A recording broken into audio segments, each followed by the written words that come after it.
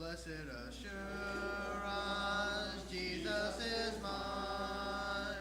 Oh, what a foretaste of glory divine,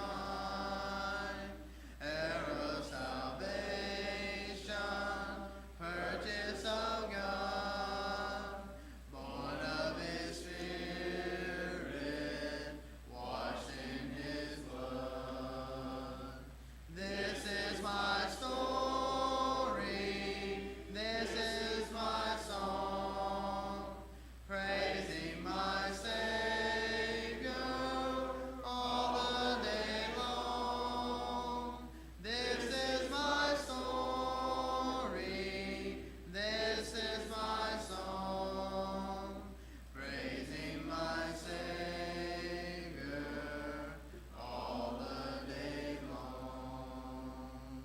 Perfect submission, all is at rest. I am my Savior, am happy and blessed, watching and waiting, looking above, filled with His goodness, lost in His love. This is my story, this is my song, praising my Savior all the day long. This is my story, this is my song, praising my Savior all the day long. Please be seated. It's been a great day today, even though we've had several of our own members out and away on vacation up in Tennessee. I think we had 91 according to the board back there, so I think it's probably closer to 100. I know preachers count, got to be. But anyway, it looked mighty full, I know that. But again, it's a great day this morning, and it's going to be a great day, Lord willing, this afternoon. At one time or another, all of us have experienced what we might call a tough day. Sometimes we might even call it a lousy day. Things didn't go like we thought they were going to go. Things didn't go like we wanted them to go. Nothing got accomplished. Maybe we didn't get that raise that we thought we were going to get. Maybe we didn't get that corner office, that we thought we were going to get. Maybe we didn't get that business automobile that we thought we were going to get. Maybe we lost that big account. Anything. Could be anything. Where we've determined, this was a lousy day. And then because of that, we become irritable, hard to get along with maybe, sensitive to certain comments maybe. It just wasn't my day. Later at night, when we've had time to think about things and we calm down and we reflect on the day's events, we may say, boy, I sure hope I don't have another day like I had today. But you know what?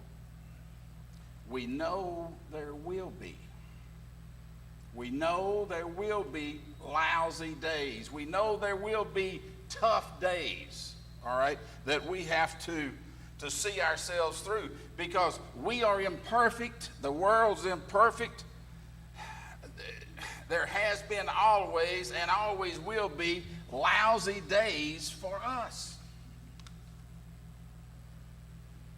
Well, how do we make the best of those lousy days or tough days? That's the question for us. What are we going to do? We know they're coming. We know we're going to have them. What do we do?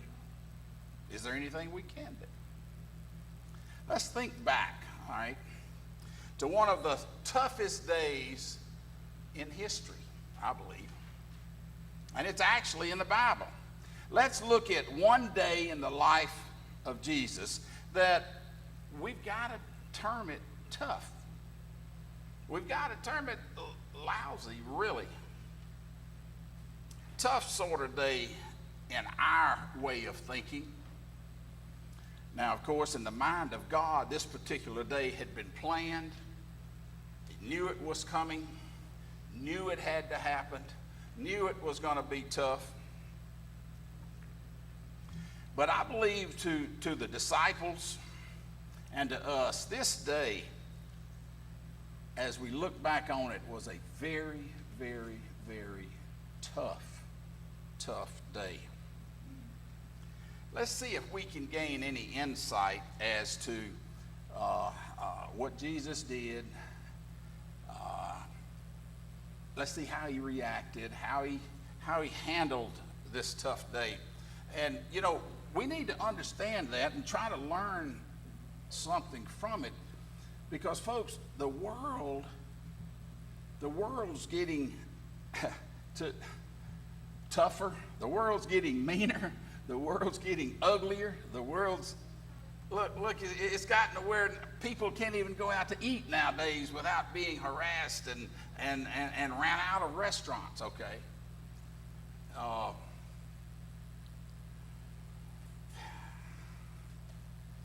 It seems like hatred is prevailing more and more and more within society.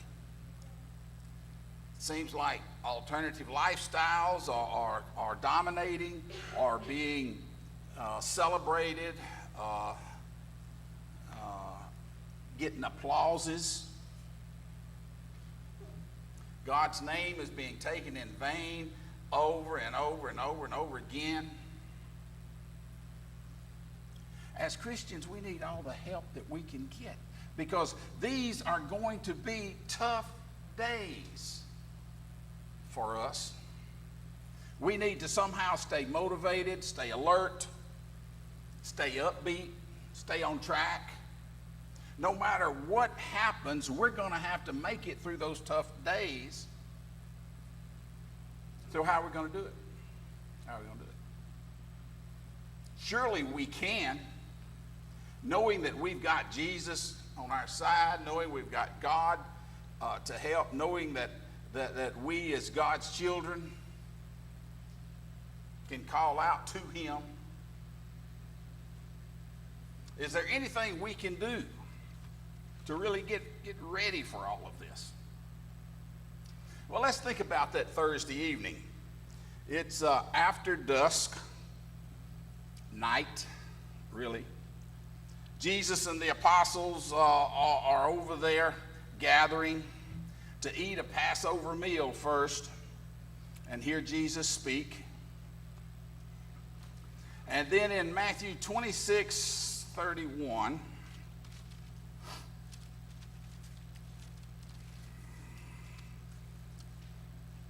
Matthew 26:31, then Jesus said to them, "You will all fall away because of me this night.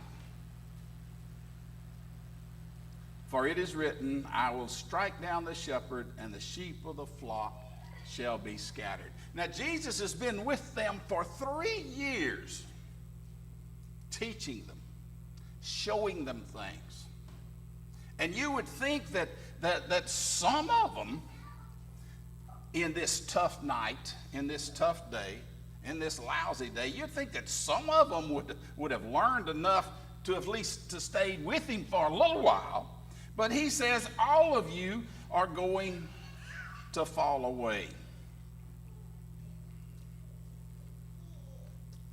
Verse 32, but after I have been raised, I will go before you to Galilee. But Peter answered and said to him, even though all may fall away because of you, I will never fall away. But Jesus is aware that they all will head for the hills. And he is aware that Peter will deny him. Jesus is aware going to be a tough day because he's going to be betrayed by a friend. He's going to be betrayed by a person who's been with him, a person who has met with him, a person who they have prayed together, no doubt. But he's going to be betrayed by a friend. And all of his closest friends are going to run like rabbits in just a few hours. How do you think that made Jesus feel? How do you think it made him feel? A close friend, an apostle, a leader among the apostles, one that held a very responsible position. Now, I know it was necessary. Jesus knows it was necessary, and it was in the plan of redemption. So, yes, we got to put all of that into perspective here. But it was a friend. Now, granted, that friend didn't really understand the plan of redemption, all right?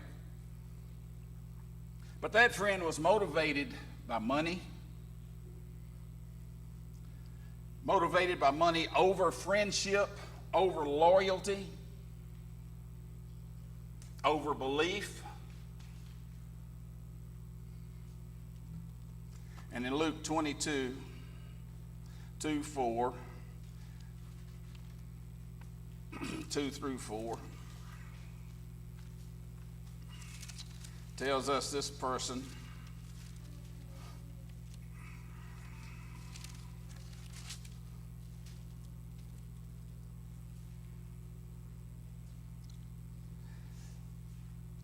and the chief priests and the scribes were seeking how they might put him to death, for they were afraid of the people. And Satan entered into Judas, who was called Iscariot, belonging to the number of the 12. And then in Matthew 26:50, Jesus told Judas, "Friend, do what you have come for." You know it's going to be a tough day when one of your friends betrays you. When your entire group runs and another one of your very closest friends denies you. Not once, not twice, but 3 times. It is a very significant emotional event. It cuts you to the heart. It brings you to your knees when you are betrayed by a close friend or a group of friends. It causes you to doubt yourself when your friends maybe don't come to your aid as much as you think they should. That hurts. That hurts. And that translates into a tough day, even a lousy day. We know these days are coming. What are we going to do about them? Can anything be done to assist us? Because something like this affects your whole being.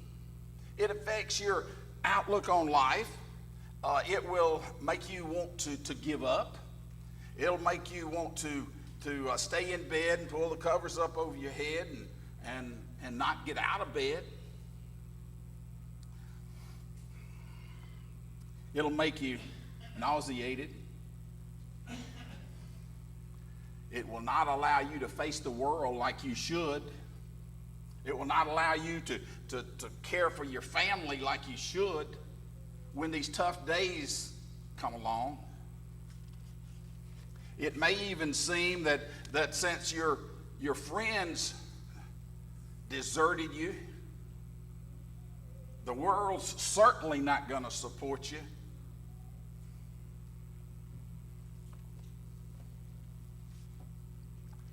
It made Jesus feel like that to some degree. Look at Matthew 26:38. And this is the Son of God. Jesus knows what's on the horizon. He's thinking about it. And in Matthew 26:38, and he said to them, my soul is deeply grieved to the point of death. A tough day, even for Jesus, I would have to say so. Because you see, even though he's the Son of God, he is still human. Even though he's the Son of God, he understands about these tough days because he's going through one. A lousy day, all right? A lousy day. And he is deeply grieved. If Jesus can be deeply grieved, folks, we're not immune to that. You've had that queasy feeling before. You've had what ball players sometimes call butterflies before. You've had that nervous, emotional energy before. You know what it's like to feel grieved, scared, unsure.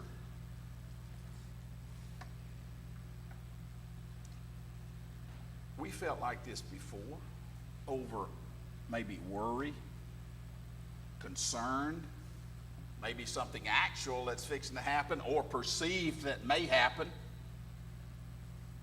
What did Jesus do? Or that old bracelet, what would Jesus do? WWJD. What did he do? Well, we can go right there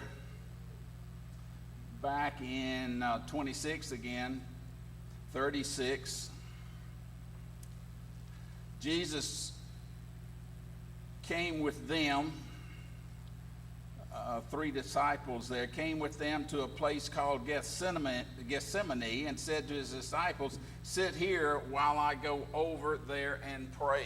He goes there to Gethsemane with James, John, and Peter, three of his closest friends there, bosom buddies, three of the apostles who had taken a dominant role in Jesus' ministry. He calls upon these three friends to go with him to do something special. And folks, that was to pray. That was to pray. And he prays. But during that prayer, on several instances, 26:39, he went a little beyond them and fell on his face and prayed, saying, my Father, if it is possible, let this cup pass from me, yet not as I will, but as thou wilt. Things are going to happen. Things are going to happen. How are we going to handle them? John Adam went over this a little bit in our class this morning. You know, it's really great to be able to have friends come to you to give you encouragement, to give you help, to give you assistance, you know. I will never forget, and I think I've shared it with you before, when my mom died. There were probably no less than 50 members of the church with us there at the hospital the whole 4 days that she was in a coma. Now, my brothers and sisters, they didn't have as many. As a matter of fact, folks, I'm going to be honest with you, I don't remember anybody coming from our hometown to be with my other brothers and sisters. But I had some 50 people. Joyce and I had some 50 people with us from the church. And that Sunday, I had 3 of my closest friends come from Greenwood. 3 of my softball playing buddies. And they stayed with me through church and through that whole day.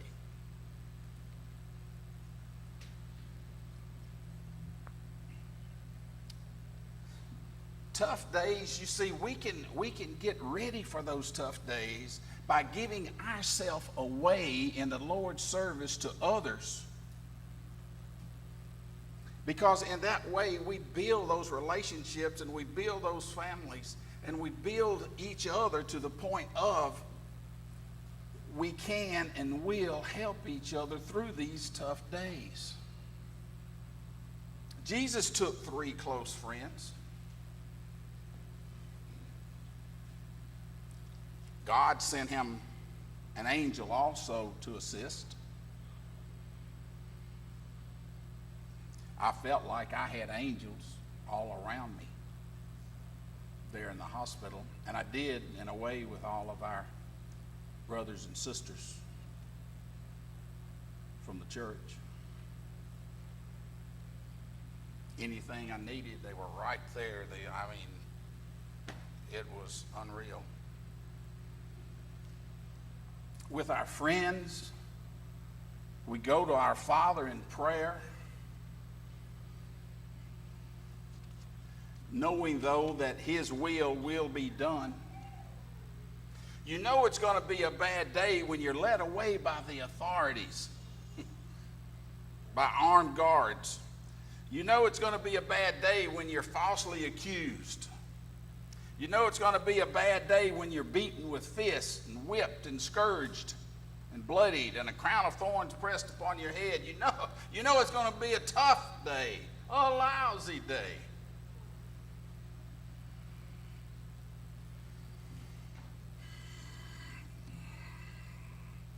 But Jesus knew it was going to happen. But He prepared Himself. He did what He could as a human. He did what He could as God. He had close friends by His side. He went to God in prayer, and I mean deep, deep emotional prayer. Not half asleep, half awake, half asleep. Not that kind of prayer. We too can prepare ourselves. We can become connected with our brothers and sisters within our spiritual family. We can become connected with God on a daily basis. We can understand God's overall plan of things within our lives, in that His will be done. We have to be proactive in those areas. We can't just lay back and not do anything within our spiritual lives. What did Jesus do? We can learn something from it if we just will. Develop your circle of friends. 3, 7, 12, 50. Give yourself away so others will give themselves to you. You want to be a friend. You want a friend? Be a friend. Be a friend. You got a tough day? Contact a friend. Call a friend. Talk to a friend. Go see a friend. Pray about it. Pray about it, either together or alone. As hard as it is, we must face reality. Joyce got a little cross stitch there at home. God grant me the serenity to accept the things that I cannot change, courage to change the things I can, and wisdom to know the difference. I have a hard time in all of this. You know, it's very, very difficult. Very difficult with this.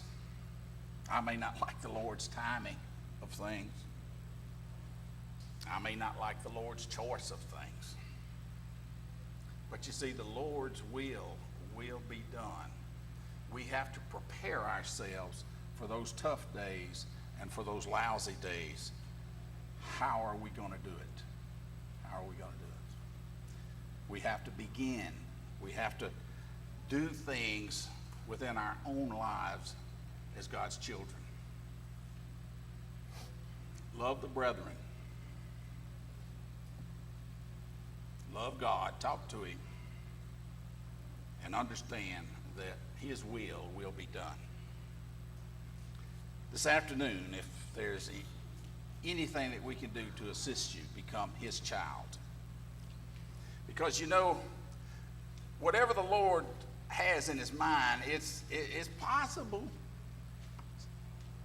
that the prayers of a righteous man may change his mind, see, regarding things within our own lives. Even by repetition, God may be caused to change His mind, and His will may be changed.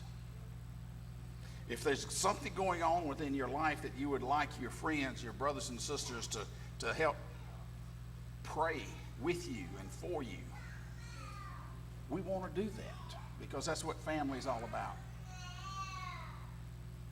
If for some reason you have never told and showed God how much you love Him by rendering obedience to Him in baptism, we'd like for you to show God how much you love Him.